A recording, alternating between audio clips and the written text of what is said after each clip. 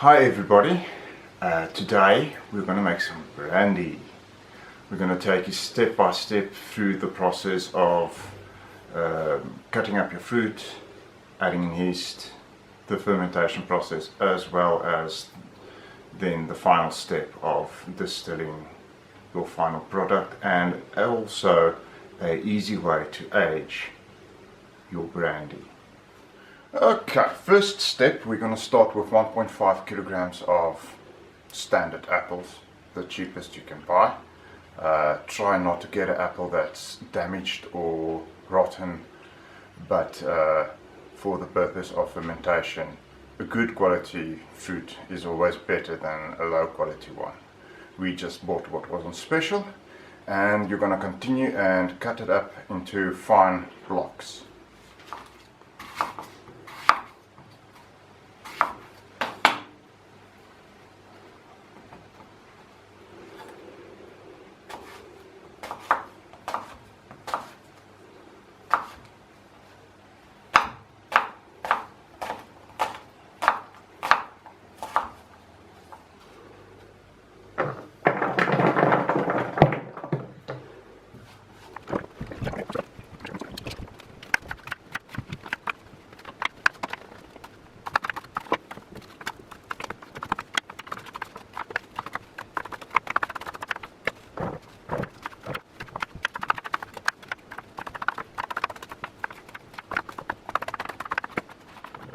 Once you've cut up all your apples and you've added it into your drum, I'm using an old funnel that I just cut off the back part or the front part of the funnel, so that it makes it fit roughly around the edge of the bottle's opening, and it makes it so much easier to get your apple pieces in.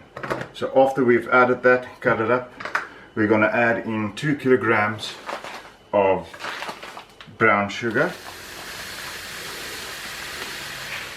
We're going to add in roughly a quarter cup of sticky brown sugar, which is high in molasses, which will help the fermentation process. Take a cloth and make sure to clean up your bucket on the sides and everywhere where you might have messed, to keep it as clean and hygienic as possible. We have our 3 kilograms of cut up apples, 2 kilograms of brown sugar, and a quarter cup of the other brown sugar. To this we're going to add our yeast and roughly 3 or 4 grams of phosphate to help kickstart the fermentation process. Now we're going to add in roughly 17 liters of water, up to about, I'd say, 80% of the volume of your container. Remember, you have to leave some head space for foaming and the fermentation process to work. We're going to weigh off approximately 22 grams of yeast.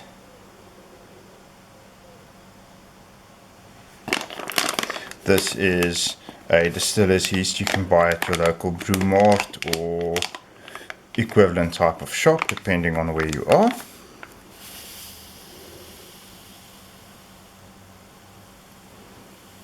According to the package info, they say you should add almost 35 grams of yeast to this size of container. I find personally using a little bit less yeast will eliminate that very yeasty, bready taste. It does take your fermentation a bit longer, but I personally prefer to use a little less yeast. Then we're going to add in our phosphate, which is just some minerals and vitamins to help jumpstart the fermentation process. We're going to add in roughly 5 grams or so. Very little is needed. Always remember to keep your packages sealed and in your fridge. It will help a tremendous amount to save the longevity of your yeasts. Now what I'm going to do is I'm going to fill it up with water to roughly 1/3 so that I can give it a thorough shake and start mixing the sugar and helping it to dissolve before I add in the yeast. So as you can see, we have a lot of sugar at the bottom. If you do not mix this well, it will take a very long time to dissolve, and as this is going to sit, you don't have a lot of motion within the container itself, and it might actually not dissolve the sugar into your solution for your yeast to activate.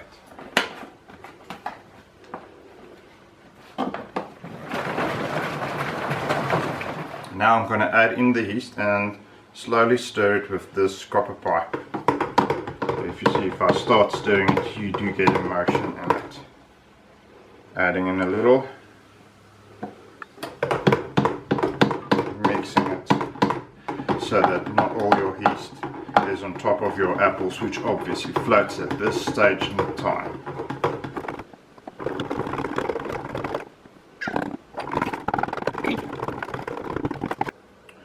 After adding in our yeast and mixing it as well as we can, we need to increase the water temperature. It's roughly about 15 degrees Celsius, and for the fermentation to occur at a good steady pace, we'd like to get this on an average temperature of about 27 degrees Celsius. So what are we going to do is I'm going to add in a aquatic heater that you can buy at a local pet store. So make sure it's clean and sterilized before you add it into your batch, and then we're just going to set this to about 27 degrees Celsius, just roughly there, and we're going to insert it into our container, making sure to submerge all the glass so that it doesn't crack or get damaged. And I'm just slightly gonna slide the cap on it, and that's all that's needed. A lot of people do tend to seal this with an airlock or something like that, but what will happen is carbon dioxide will be released, filling up this part of your container. Carbon dioxide is denser than your standard oxygen and atmosphere on the outside, so it will make a natural seal and sterilize the area within this container. So you should not have any problems with any foreign yeasts entering your system. The problem is most probably only about 17% alcohol. You can drink it if you want to. It doesn't taste that nice. Very important is not to disturb the bottom layer.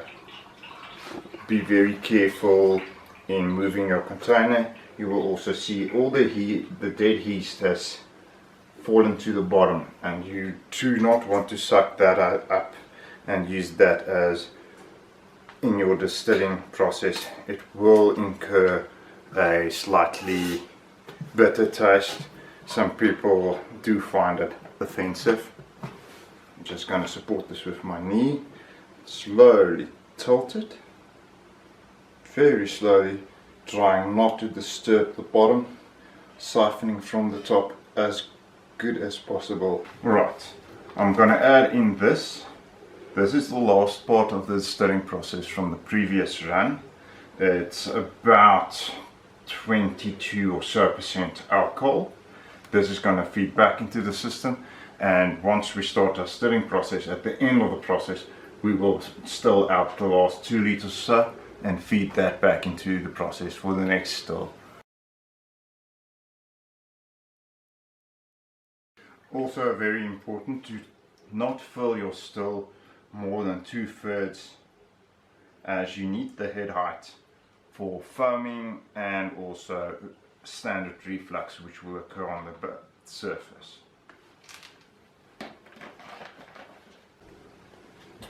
Okay, we're going to start our burner on high. It's not a very big burner, so it will take approximately 45 minutes to an hour for it to reach stilling temperature. I'm going to add in this piece of aluminum guard around this just to help and keep most of the heat in and focus it up to the top.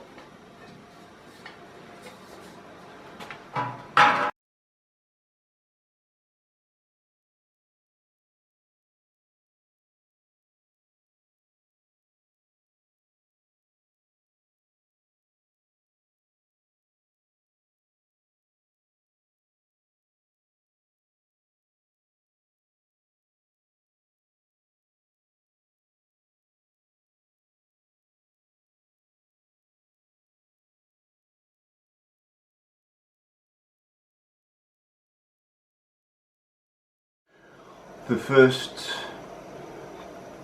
4 or 5% of your distillation should be separated and thrown away, as it contains a lot of toxins, and the alcohol will be in the second part or in the body of the distillation.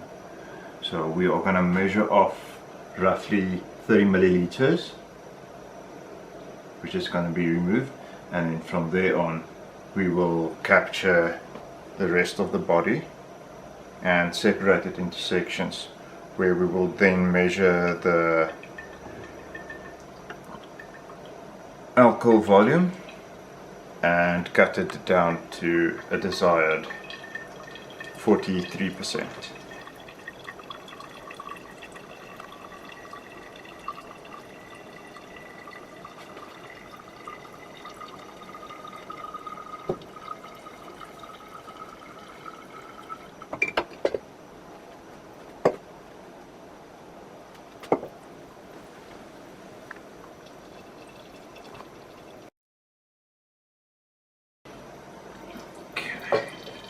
We're now going to capture roughly 80 milliliters or so and do our first alcohol test.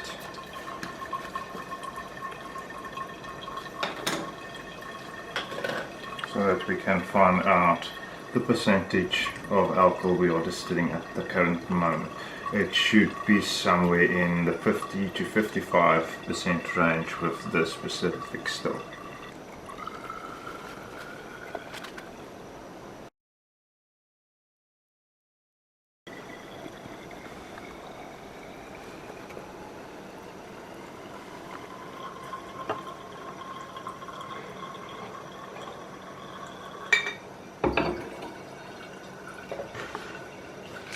So our highest concentration volume alcohol is this one at roughly 50%, this one at roughly 48%, and this one is about 40%. So I'm going to mix these three together, blend them, measure them, and we might add in some of the rest that's stilling out at the end to get to a alcohol percentage of roughly 40 to 43%.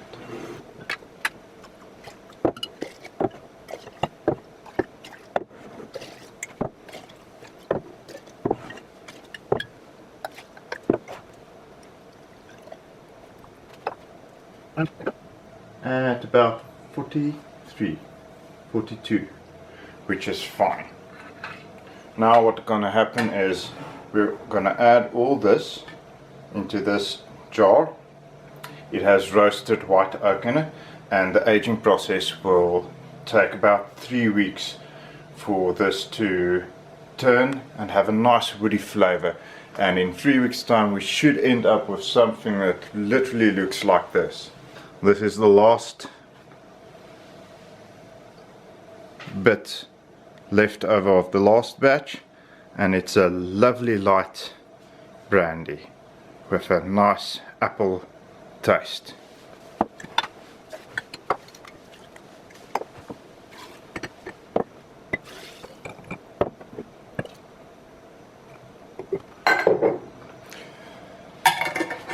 And in 3 weeks time we'll show you again. Thanks for watching, like and subscribe, and see you in the next one.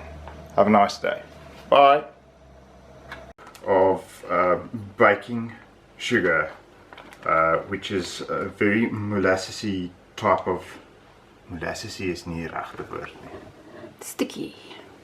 Which is